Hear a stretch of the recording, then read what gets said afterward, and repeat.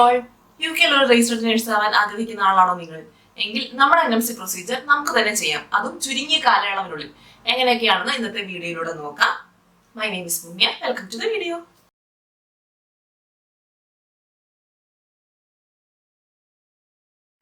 ഒരു international nurse ആവാൻ ആണ് നിങ്ങളുടെ ആഗ്രഹമെങ്കിൽ നമ്മൾ ആദ്യം ഡിസിഷൻ എടുക്കുക. അതാണ് നമ്മുടെ ഫസ്റ്റ് സ്റ്റെപ്പ്. നമുക്ക് എങ്ങോട്ടാണ് പോകേണ്ടത്, ഏത് കൺട്രിയിലേക്കാണ് പോകേണ്ടത് എന്നുള്ള ഡിസിഷൻ നമ്മൾ ഫസ്റ്റ് എടുക്കുക. നമ്മുടെ ഫാമിലിയുടെ കൺവീനിയൻസും കരിയറും ഒക്കെ കൺസിഡർ ചെയ്ത് നമുക്ക് ഇഷ്ടമുള്ള കൺട്രി ഫസ്റ്റ് സെലക്ട് ചെയ്യുക. UK, അയർലൻഡ്, ന്യൂസിലാൻഡ് അല്ലെങ്കിൽ GCC കൺട്രീസ് എങ്ങോട്ടാണ് പോകേണ്ടതെന്നുള്ള ഡിസിഷൻ ഫസ്റ്റ് സ്റ്റെപ്പ് നമ്മൾ എടുക്കുക. ഡിസിഷൻ എടുത്തു കഴിഞ്ഞാൽ നമ്മളിപ്പം UK ആണ് സെലക്ട് ചെയ്തിരിക്കുന്നത്, അങ്ങനെ ഒരു ഡിസിഷൻ എടുത്തു കഴിഞ്ഞാൽ നമ്മൾ ആ ഒരു കൺട്രി ടാർഗറ്റ് ചെയ്ത് അതിന് വേണ്ടുന്ന റിക്വയർമെന്റ്സ് മാത്രം കൺസിഡർ ചെയ്ത് മുന്നോട്ട് നീങ്ങും. അങ്ങനെയാണെങ്കിൽ നമുക്ക് ചുരുങ്ങിയ കാലയളവിനുള്ളിൽ ആ സ്ഥലത്ത് എത്തിച്ചേരാൻ പറ്റുള്ളൂ. നിങ്ങൾ UKയിലേക്ക് വരാനാണ് താല്പര്യപ്പെടുന്നതെങ്കിൽ UK നഴ്സിംഗ് ആൻഡ് മിഡ്വൈഫറി കൗൺസിലിന്റെ പ്രൊസീജിയേഴ്സ് 2 മുതൽ 3 മാസത്തിനുള്ളിൽ തന്നെ കംപ്ലീറ്റ് ചെയ്ത് നിങ്ങൾക്ക് UKയിൽ എത്താൻ പറ്റും. അതിന് വേണ്ടിയിട്ടുള്ള കാര്യങ്ങൾ, റിക്വയർമെന്റ്സ് ചെറിയ ചില സ്റ്റെപ്പുകളിലൂടെ നമുക്ക് നോക്കാം. സെക്കൻഡ് സ്റ്റെപ്പ് നമുക്ക് വേണ്ടുന്നതാണ് ഇംഗ്ലീഷ് ലാംഗ്വേജ് പ്രൊഫിഷ്യൻസി. നമ്മുടെ ഇംഗ്ലീഷ് ലാംഗ്വേജ് പ്രൊഫിഷ്യൻസി ഏത് യൂറോപ്യൻ കൺട്രീസിലേക്ക് വരണമെങ്കിലും നമ്മൾ പ്രൂവ് ചെയ്തിരിക്കണം. അതിന് 2 എക്സാമിനേഷൻസ് ആണ് ഉള്ളത്, IELTS അല്ലെങ്കിൽ OET. IELTS എന്ന് പറയുമ്പോൾ ജനറൽ ആയിട്ടുള്ള ടോപ്പിക്സ് ആയിരിക്കും IELTSന്റെ എക്സാമിന് ചോദിക്കുന്നത്. അതേസമയം OET ആണെങ്കിൽ നഴ്സിംഗ് പ്രൊഫഷണൽസിന് വളരെ ബെറ്റർ ആയിട്ട് നമുക്ക് തോന്നും. കാരണം നഴ്സിംഗുമായിട്ട് റിലേറ്റ് ചെയ്തിട്ടുള്ള സ്പീക്കിംഗ് സിനാരിയോസ് ഒക്കെ ആയിരിക്കും OETയിൽ വരാൻ പോകുന്നത്. സോ മെഡിക്കൽ പ്രൊഫഷണൽസിന് കുറച്ചുകൂടെ IELTSനെക്കാട്ടിൽ എളുപ്പം സ്കോർ ചെയ്യാൻ OETയിൽ സാധിക്കുന്നുണ്ട്. ബട്ട് IELTSലോട്ട് കമ്പയർ ചെയ്യുമ്പോൾ OETയുടെ എമൗണ്ട്, എക്സാമിനേഷൻ ഫീസ് കുറച്ച് അധികമാണ്. ഏകദേശം 30,000 to 35,000 ഇന്ത്യൻ റുപ്പീസ് വരുന്നുണ്ട്. ബട്ട് IELTS ആണെങ്കിൽ ഒരു 14,000 INR നമുക്ക് ചെയ്യാൻ പറ്റും. അതാണ് IELTSും OETയും തമ്മിലുള്ള ഡിഫറൻസ്. സോ നമ്മൾ എക്സാം സെലക്ട് ചെയ്യുക. IELTS ആണോ OET ആണോ നമുക്ക് എഴുതാൻ പ്രിഫറൻസ്, നമ്മൾ ഏതാണെന്ന് വെച്ചാൽ സെലക്ട് ചെയ്തതിനു ശേഷം ആ എക്സാമിന് വേണ്ടി പ്രിപ്പറേഷൻസ് സ്റ്റാർട്ട് ചെയ്യുക. OET ആണെങ്കിലും IELTS ആണെങ്കിലും നമുക്ക് സെൽഫ് അസസ്മെന്റ് കാണുമല്ലോ, നമുക്ക് എങ്ങനെ പെർഫോം ചെയ്യാൻ പറ്റുമെന്ന്. ആ സെൽഫ് അസസ്മെന്റിന്റെ ബേസിൽ സെൽഫായിട്ട് പ്രിപ്പയർ ചെയ്യുന്ന ആൾക്കാരുണ്ടായിരിക്കാം. അതല്ലെങ്കിൽ നമുക്ക് ഏതെങ്കിലും ഇൻസ്റ്റിറ്റ്യൂഷന്റെ കൂടെ ജോയിൻ ചെയ്ത് അവരുടെ ഗൈഡൻസോട് കൂടി നമുക്ക് പഠിക്കാം. ഞാൻ എപ്പോഴും പ്രിഫർ ചെയ്യുന്നത് ഒരു ഗൈഡൻസിലൂടെ പോകുന്നതായിരിക്കും നല്ലത്. അതാകുമ്പോൾ നമുക്ക് പെട്ടെന്ന് നമ്മുടെ ഗോളിലേക്ക് എത്തിച്ചേരാൻ പറ്റും. നമ്മുടെ സെൽഫ് പ്രിപ്പറേഷന് ടൈമൊക്കെ ചിലപ്പോൾ ഓൾറെഡി വർക്ക് ചെയ്തുകൊണ്ട് എക്സാമിന് വേണ്ടി പ്രിപ്പയർ ചെയ്യുന്ന നഴ്സസ് ഒക്കെ ഉണ്ടായിരിക്കും. സോ ഒരു ഗൈഡൻസിലൂടെ പോയി കഴിഞ്ഞാൽ നമുക്ക് വളരെ ഫാസ്റ്റിൽ എക്സാമിനേഷനെ കുറിച്ച് മനസ്സിലാക്കാനും എക്സാമിന്റെ ടാർഗറ്റഡ് സ്കോർ അച്ചീവ് ചെയ്യാനും വളരെ വേഗത്തിൽ സാധിക്കും. OET സ്കോർ കിട്ടിക്കഴിയുമ്പോൾ UKയിലേക്ക് വരാനാണ് നിങ്ങൾ ആഗ്രഹിക്കുന്നതെങ്കിൽ നമ്മൾ ചെയ്യേണ്ടത് ആദ്യം NMCയിൽ നഴ്സിംഗ് ആൻഡ് മിഡ്വൈഫറി കൗൺസിൽ UKയുടെ വെബ്സൈറ്റിൽ പോയിട്ട് നമ്മൾ ഒരു അക്കൗണ്ട് ക്രിയേറ്റ് ചെയ്യുക, ഒരു ഓൺലൈൻ അക്കൗണ്ട് ക്രിയേറ്റ് ചെയ്യുക. അക്കൗണ്ട് ക്രിയേറ്റ് ചെയ്യുന്നത് വളരെ സിമ്പിൾ ആയിട്ട് നമുക്ക് ചെയ്യാൻ പറ്റുന്നുള്ളൂ. ഒരു Gmail അക്കൗണ്ട് സ്റ്റാർട്ട് ചെയ്യുന്നത് പോലെ നമ്മുടെ NMCയിൽ നമ്മൾ ഒരു രജിസ്ട്രേഷൻ അക്കൗണ്ട് സ്റ്റാർട്ട് ചെയ്യുക. അക്കൗണ്ട് സ്റ്റാർട്ട് ചെയ്യുമ്പോൾ നമുക്ക് ഐഡന്റിറ്റി പ്രൂഫായിട്ട് കൊടുക്കുന്നത് പാസ്പോർട്ട് ആയിരിക്കും. സോ പാസ്പോർട്ടാണ് നമ്മൾ അപ്ലോഡ് ചെയ്യേണ്ടത് PDF ആയിട്ട്. പാസ്പോർട്ടിൽ ഉള്ളതുപോലെ തന്നെ നമ്മുടെ പേര് ടൈപ്പ് ചെയ്യാൻ വേണ്ടി എല്ലാവരും ശ്രദ്ധിക്കുക. അങ്ങനെ നമ്മൾ അക്കൗണ്ട് ക്രിയേറ്റ് ചെയ്യുമ്പോൾ പാസ്പോർട്ട് അപ്ലോഡ് ചെയ്യും. പിന്നെ നമ്മൾ കൊടുക്കേണ്ടത് നമ്മുടെ രജിസ്ട്രേഷൻ കൗൺസിൽ, ഏത് കൗൺസിലാണോ നമ്മൾ രജിസ്റ്റർ ചെയ്തിരിക്കുന്നത്, കേരള നഴ്സിംഗ് കൗൺസിലാണോ അല്ലെങ്കിൽ തമിഴ്നാടാണോ കർണാടകയാണോ ഏതാന്ന് വെച്ചാൽ കേരള നഴ്സിംഗ് കൗൺസിലാണെങ്കിൽ ആ കൗൺസിലിന്റെ സർട്ടിഫിക്കറ്റ് അപ്ലോഡ് ചെയ്യുക. NMC രജിസ്ട്രേഷൻ സർട്ടിഫിക്കറ്റ് അപ്ലോഡ് ചെയ്ത് കഴിയുമ്പോൾ പിന്നെ നമുക്ക് നമ്മുടെ BSc നഴ്സിംഗ് ഡിഗ്രി സർട്ടിഫിക്കറ്റ് ആണ് അപ്ലോഡ് ചെയ്യേണ്ടത്. ഇത് 3 അപ്ലോഡ് ചെയ്ത് കഴിയുമ്പോൾ നമുക്ക് പിന്നെ ചെയ്യേണ്ടതാണ് നമ്മൾ ഒരു 140 ബ്രിട്ടീഷ് പൗണ്ട്സ് രജിസ്ട്രേഷൻ ഫീസായിട്ട് അടയ്ക്കേണ്ടതുണ്ട്.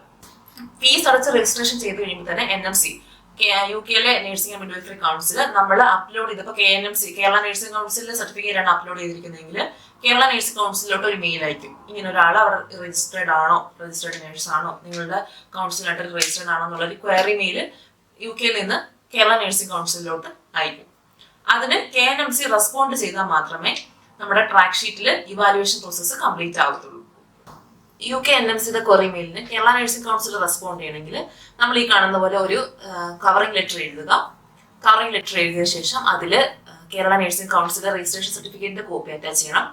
പിന്നെ നഴ്സിംഗ് ഡിഗ്രിയുടെ കോപ്പി, സർട്ടിഫിക്കറ്റിന്റെ കോപ്പി, പിന്നെ നമ്മുടെ SSLC കോപ്പി, +2ന്റെ കോപ്പി, പിന്നെ എവിടെയെങ്കിലും വർക്ക് ചെയ്തിട്ടുണ്ടെങ്കിൽ എക്സ്പീരിയൻസ് സർട്ടിഫിക്കറ്റിന്റെ കോപ്പി, പിന്നെ ഒരു 2000 rupees കേരള നഴ്സിംഗ് കൗൺസിലിന്റെ അക്കൗണ്ടിലേക്ക് ട്രാൻസ്ഫർ ചെയ്തിട്ട് അതിന്റെ റിസിപ്റ്റ്, പിന്നെ നമ്മുടെ NMCയുടെ അക്കൗണ്ടിന്റെ സ്ക്രീൻഷോട്ടിന്റെ ഫോട്ടോ കോപ്പി, ഇത്രയും കാര്യങ്ങൾ അറ്റാച്ച് ചെയ്തിട്ട് വേണം നമ്മുടെ കേരള നഴ്സിംഗ് കൗൺസിലോട്ട് ഈ കാണുന്ന അഡ്രസ്സിൽ സ്പീഡ് പോസ്റ്റ് അയക്കണം.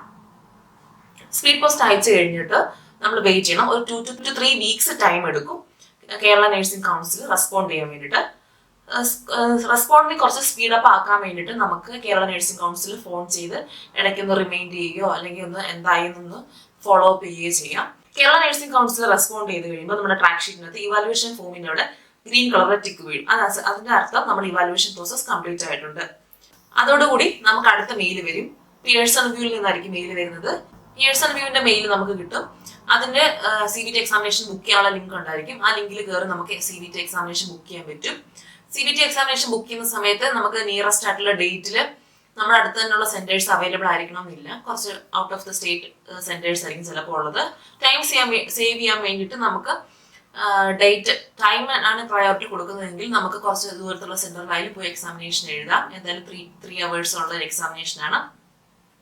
CBT എക്സാമിനേഷൻ A പാർട്ടും ഉണ്ട്, B പാർട്ടും ഉണ്ട്. A പാർട്ട് എന്ന് പറഞ്ഞാൽ ന്യൂമറസി ആയിരിക്കും, B പാർട്ട് എന്ന് പറഞ്ഞാൽ തിയറിറ്റിക്കൽ ആയിരിക്കും. A പാർട്ടിൽ ഫുള്ള് ന്യൂമറസിക്ക് അനുസരിച്ചുള്ള മാത്തമാറ്റിക്കൽ ക്വസ്റ്റ്യൻസ് ആയിരിക്കും, ഡോസ് കാൽക്കുലേഷൻ അങ്ങനത്തെ ക്വസ്റ്റ്യൻസ് ആയിരിക്കും വരുന്നത്. B പാർട്ടിൽ അല്ല നമ്മുടെ പ്രൊഫഷണൽ എത്തിക്വിറ്റീസ് അതിനൊക്കെ ബന്ധപ്പെട്ടുള്ള ക്വസ്റ്റ്യൻസ് ആയിരിക്കും വരുന്നത്. അതിനുവേണ്ടി കറക്റ്റ് ആയിട്ട് പ്രിപ്പറേഷൻ എടുക്കുക, CBT എക്സാമിനേഷൻ എഴുതുക. CBT എക്സാമിനേഷൻ എഴുതി കഴിഞ്ഞാൽ വിത്തിൻ 48 hours, അത്രയൊന്നും ടൈം എടുക്കത്തില്ല, അതിന് മുമ്പ് തന്നെ അതിന്റെ റിസൾട്ട് വരുന്നതായിരിക്കും. CBT എക്സാമിനേഷൻ റിസൾട്ട് വന്നു കഴിയുമ്പോൾ അത് തന്നെ ഈ ട്രാക്ക് ഷീറ്റിൽ അപ്ലോഡായി ഗ്രീൻ ടിക്ക് വീഴും. CBT completed. നെക്സ്റ്റ് സ്റ്റെപ്പ് നമുക്ക് ചെയ്യേണ്ടത് നമ്മുടെ ഹെൽത്ത് എവിഡൻസ് അപ്ലോഡ് ചെയ്യുക എന്നുള്ളതാണ്. ഹെൽത്ത് എവിഡൻസ് അപ്ലോഡ് ചെയ്യാൻ വേണ്ടിയിട്ട് നമ്മുടെ അടുത്തുള്ള ഡോക്ടർ, ജനറൽ പ്രാക്ടീഷണറുടെ അടുത്തോ അല്ലെങ്കിൽ ഫിസിഷ്യന്റെ അടുത്തോ ചെന്നിട്ട് നമ്മൾ അവരോട് റിക്വസ്റ്റ് ചെയ്തു എൻ്റെ NMC പ്രോസസ്സിന് വേണ്ടിയിട്ടാണ്. അവരുടെ ക്ലിനിക്കിന്റെ ഡീറ്റെയിൽസും അവരുടെ ഇമെയിൽ ID മേടിക്കുക. മേടിച്ചുകൊണ്ട് വന്നിട്ട് നമ്മുടെ NMCയുടെ പോർട്ടലിൽ ഹെൽത്ത് എവിഡൻസിന്റെ അവിടെ മെയിൽ ID അപ്ലോഡ് ചെയ്ത് കൊടുക്കുക. അപ്പം NMCന്ന് ഡയറക്റ്റ് GPക്ക് മെയിൽ പോവും. ഇയാള് ഫിസിക്കലി ഫിറ്റ് ആണോ എന്നുള്ള ക്വസ്റ്റ്യൻസ് ഒക്കെ ആയിട്ടുള്ള മെയിൽ പോവും. അതിന് GP റെസ്പോണ്ട് ചെയ്യുമ്പോൾ നമ്മുടെ ഹെൽത്ത് എവിഡൻസ് കംപ്ലീറ്റ് ആവും. പിന്നെ നമ്മുടെ ക്യാരക്ടർ എവിഡൻസ് കൊടുക്കണം. ക്യാരക്ടർ എവിഡൻസ് കൊടുക്കാൻ വേണ്ടിയിട്ട് നമ്മൾ ഇന്ത്യൻ PCC ആണ് എടുക്കുന്നത്. ഇന്ത്യൻ PCC എടുക്കാൻ വേണ്ടിയിട്ട് നമ്മൾ പാസ്പോർട്ട് സേവാ കേന്ദ്രത്തിന്റെ പോർട്ടലിൽ പോയിട്ട് PCCക്ക് വേണ്ടി ഒരു അപ്പോയിന്റ്മെന്റ് എടുക്കുക.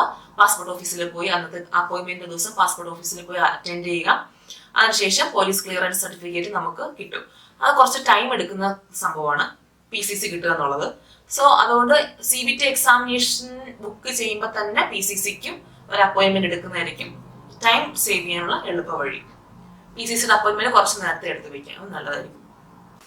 നിങ്ങൾ ഗൾഫ് കൺട്രീസിൽ ഓൾറെഡി വർക്ക് ചെയ്യുന്ന ഒരു നേഴ്സ് ആണെങ്കിൽ അവിടുത്തെ PCC ആവശ്യമുണ്ട്. ലാസ്റ്റ് 10 yearsന്റെ ട്രാവൽ ഹിസ്റ്ററി അനുസരിച്ചാണ് PCC മേടിക്കുന്നത്. ലാസ്റ്റ് 10 yearsനുള്ളിൽ നിങ്ങൾ സൗദിന്നോ ദുബായിന്നോ എവിടെയെങ്കിലുമൊക്കെ ട്രാവൽ ചെയ്ത് വന്നവരാണെങ്കിൽ അവിടെ നിന്നുള്ള PCC 6 months കൂടുതൽ ആ കൺട്രിയിൽ താമസിച്ചിട്ടുണ്ടായിരിക്കണം. എന്നാൽ ആ PCC നമുക്ക് ആവശ്യമാണ്.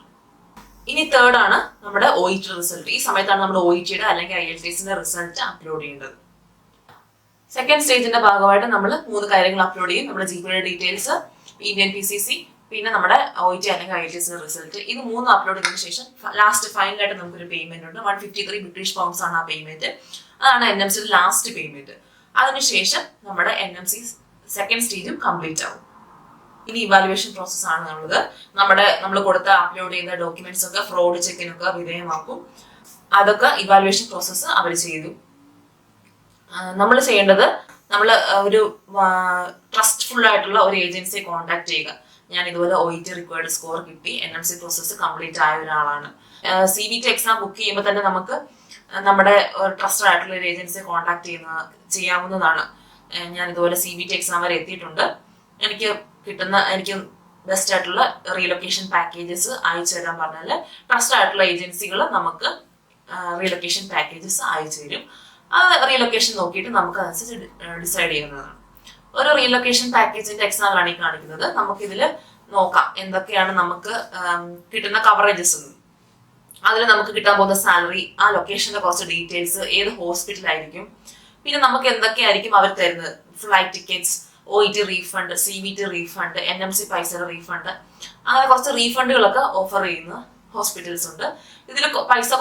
ഇതിൽ റീഫണ്ടുകളിൽ ഓഫറുകൾ കുറച്ചുള്ള ഹോസ്പിറ്റൽസ് ഉണ്ട്, കൂടുതലുള്ള ഹോസ്പിറ്റൽസ് ഉണ്ട്. സോ നമ്മുടെ കൺവീനിയൻസ് അനുസരിച്ച് നമുക്ക് ഒരു ഹോസ്പിറ്റൽ സെലക്ട് ചെയ്ത് ഇന്റർവ്യൂ അറ്റൻഡ് ചെയ്യാവുന്നതാണ്. ഇന്റർവ്യൂ അറ്റൻഡ് ചെയ്തതിനു ശേഷം ഇന്റർവ്യൂ ഓക്കെ ആണെങ്കിൽ നമുക്ക് COS കിട്ടും, സർട്ടിഫിക്കറ്റ് ഓഫ് സ്പോൺസർഷിപ്പ് ഹോസ്പിറ്റലിൽ നിന്ന് കിട്ടുന്നതായിരിക്കും. അതിനുശേഷം നമുക്ക് വിസയ്ക്ക് അപ്ലൈ ചെയ്യാൻ പറ്റും. വിസ അപ്ലൈ ചെയ്ത് നമുക്ക് ടിക്കറ്റ്സ് കിട്ടും, നമുക്ക് UK വരാൻ പറ്റും. UK എത്തിയ ശേഷം OSCE കംപ്ലീറ്റ് ആയതിനു ശേഷമായിരിക്കും നമ്മുടെ ട്രാക്ക് ഷീറ്റ് ഫുള്ള് കംപ്ലീറ്റ് ആയി നമുക്ക് NMC നിന്ന് പിന്ന് കിട്ടുന്നത്. ഈ സ്റ്റെപ്പുകളൊക്കെ സ്പീഡപ്പ് ആക്കാൻ വേണ്ടി നമുക്ക് കുറച്ച് ടിപ്സ് ഉണ്ട്. അതായത് നമുക്ക് എന്തായാലും PCC വേണം. PCC അപ്പോയിന്റ്മെന്റ് കിട്ടാനും PCC കിട്ടാനൊക്കെ കുറച്ച് ലേറ്റ് ആവും. സോ CBT എക്സാം അല്ലെങ്കിൽ നമ്മൾ കേരള നഴ്സിംഗ് കൗൺസിലേക്ക് സ്പീഡ് പോസ്റ്റ് അയച്ചു കഴിഞ്ഞ് വെയിറ്റ് ചെയ്യുന്ന സമയം, ആ സമയമൊക്കെ ആകുമ്പോഴേ പാസ്പോർട്ട് സേവാ കേന്ദ്രത്തിന്റെ ഓൺലൈൻ പോർട്ടലിൽ പോയിട്ട് PCCക്കുള്ള അപ്പോയിന്റ്മെന്റ് നേരത്തെ എടുത്തു വെക്കുക. അപ്പൊ CBT എക്സാമിനേഷൻ കഴിഞ്ഞ 2 ഡേയ്സിനുള്ളിലൊക്കെ PCCയുടെ അപ്പോയിന്റ്മെന്റ് അറ്റൻഡ് ചെയ്യുന്ന രീതിയിൽ സെറ്റ് ചെയ്ത് കഴിഞ്ഞാൽ നമുക്ക് PCC വളരെ വേഗം കിട്ടും. സെക്കൻഡ് സ്റ്റേജിൽ നമുക്ക് പെട്ടെന്ന് PCC അപ്ലോഡ് ചെയ്യാൻ പറ്റും. അതേപോലെ തന്നെ ഡോക്ടറെ നേരത്തെ പോയി കണ്ട് ഇമെയിൽ ID ഒക്കെ മേടിച്ച് വെച്ചാൽ ഈ PCC പിന്നെ ഡോക്ടറിന്റെ ഡീറ്റെയിൽസ് ഒക്കെ ഒരേ ദിവസം തന്നെ അപ്ലോഡ് ചെയ്യാൻ പറ്റും. അതുപോലെ തന്നെ നമ്മൾ CBTയുടെ എക്സാം ബുക്ക് ചെയ്യുമ്പോൾ തന്നെ നമ്മൾ ഏജൻസിയെ കോൺടാക്ട് ചെയ്യുക, ട്രസ്റ്റഡ് ആയിട്ടുള്ള ഏജൻസിയെ കോൺടാക്ട് ചെയ്യുക. അവർ നമുക്ക് ഇന്റർവ്യൂസ് അറേഞ്ച് ചെയ്ത് തരും. സോ അപ്പൊ ഇന്റർവ്യൂ പ്രോസസ് നടക്കുന്ന അതേ സമയം തന്നെ നമുക്ക് സെക്കൻഡ് സ്റ്റേജും കംപ്ലീറ്റ് ചെയ്യാൻ പറ്റും. രണ്ടും ഒരേ സമയത്ത് ചെയ്യാൻ പറ്റും. അപ്പോൾ നമുക്ക് കുറച്ച് ടൈം ലാഭിക്കാൻ പറ്റും. ഇന്റർവ്യൂ അറ്റൻഡ് ചെയ്ത് കഴിഞ്ഞ് വിസ പ്രോസസ്സിന് വേണ്ടിയിട്ട് നമുക്ക് TB ടെസ്റ്റ് വേണം. അതായത് ഇന്ത്യയിൽ നിന്നാണ് വരുന്നതെങ്കിൽ നമുക്ക് ഹെൽത്ത് ക്ലിയറൻസ് ആയിട്ടുള്ള ഹെൽത്ത് ക്ലിയറൻസിന്റെ ഭാഗമായിട്ട് TB ഇൻഫെക്ഷൻ ഇല്ല എന്ന് അറിയിക്കാൻ വേണ്ടി ഒരു മെഡിക്കൽ ടെസ്റ്റ് ഉണ്ട്. ആ മെഡിക്കൽ ടെസ്റ്റ് ചെയ്യാൻ വേണ്ടിയിട്ട് നമ്മൾ അപ്പോയിന്റ്മെന്റ് എടുക്കണം. അമൃതയിലും കിംസിലുമാണ് നിലവിൽ കേരളത്തില് UK മെഡിക്കൽ ടെസ്റ്റ് ചെയ്യുന്നത്. അമൃതയിലോ കിംസിലോ ഫോൺ ചെയ്ത് നമുക്ക് അപ്പോയിന്റ്മെന്റ് എടുക്കാൻ പറ്റും. അപ്പോയിന്റ്മെന്റ് എടുത്തു കഴിഞ്ഞിട്ട് നമുക്ക് ഈ TB ടെസ്റ്റ് ചെയ്യാം. TB ടെസ്റ്റ് സർട്ടിഫിക്കറ്റ് കിട്ടും. അത് വിസയ്ക്ക് വേണ്ടിയിട്ട് നമുക്ക് ആവശ്യമുണ്ട്. ഇന്ത്യയിൽ നിന്ന് വരുന്നവർക്ക് മാത്രമേ ഈ TB ടെസ്റ്റിന് ആവശ്യമുള്ളൂ. ദുബായിൽ നിന്നൊക്കെ വരുന്നെങ്കിൽ നമുക്ക് TB ടെസ്റ്റിന്റെ ആവശ്യമില്ല. TB ടെസ്റ്റിന് വേണ്ടിയിട്ടുള്ള അപ്പോയിന്റ്മെന്റ് കിട്ടാൻ വേണ്ടി കുറച്ച് ഡിലേ ആവാൻ ചാൻസ് ഉണ്ട്, 2 വീക്സ് ഒക്കെ. സോ കുറച്ച് നേരത്തെ അപ്പോയിന്റ്മെന്റ് എടുത്ത് വെക്കാം. അതാകുമ്പോൾ നമുക്ക് വിസ പ്രോസസ്സിങ്ങിന് വേഗം അത് കൊടുക്കാൻ പറ്റും. അതിന് വേണ്ടിയിട്ടുള്ള ടൈം ഡിലേ ഒഴിവാക്കാം. ഈ സ്റ്റെപ്പുകളിലൂടെ ഒക്കെ കടന്നു പോകുമ്പോൾ നിങ്ങൾക്ക് ചിലപ്പോൾ കുറച്ച് ഡൗട്ട്സ് ഒക്കെ വരാം. അങ്ങനെ എന്തെങ്കിലും ഡൗട്ട് വരുവാണെങ്കിൽ നിങ്ങൾക്ക് ഈ കാണുന്ന നമ്പറിൽ മെസ്സേജ് അയക്കാവുന്നതാണ്, അല്ലെങ്കിൽ കമന്റ് ചെയ്യാവുന്നതാണ്. എനിക്കറിയാവുന്ന കാര്യങ്ങൾക്ക് ഞാൻ മെസ്സേജിൽ റിപ്ലൈ അയച്ച് ഹെൽപ്പ് ചെയ്യാൻ തയ്യാറാണ്. സോ ഇന്നത്തെ വീഡിയോ വളരെ ഹെൽപ്ഫുൾ ആയെന്ന് വിചാരിക്കുന്നു. NMC ഓൺലൈൻ അക്കൗണ്ട് എങ്ങനെ സ്റ്റാർട്ട് ചെയ്യാം എന്നൊക്കെയുള്ള വീഡിയോസ് ഇനി വരുന്നുണ്ട്. അതിലൂടെ നമുക്ക് വീണ്ടും കാണാം. Thank you so much for watching. Good bye.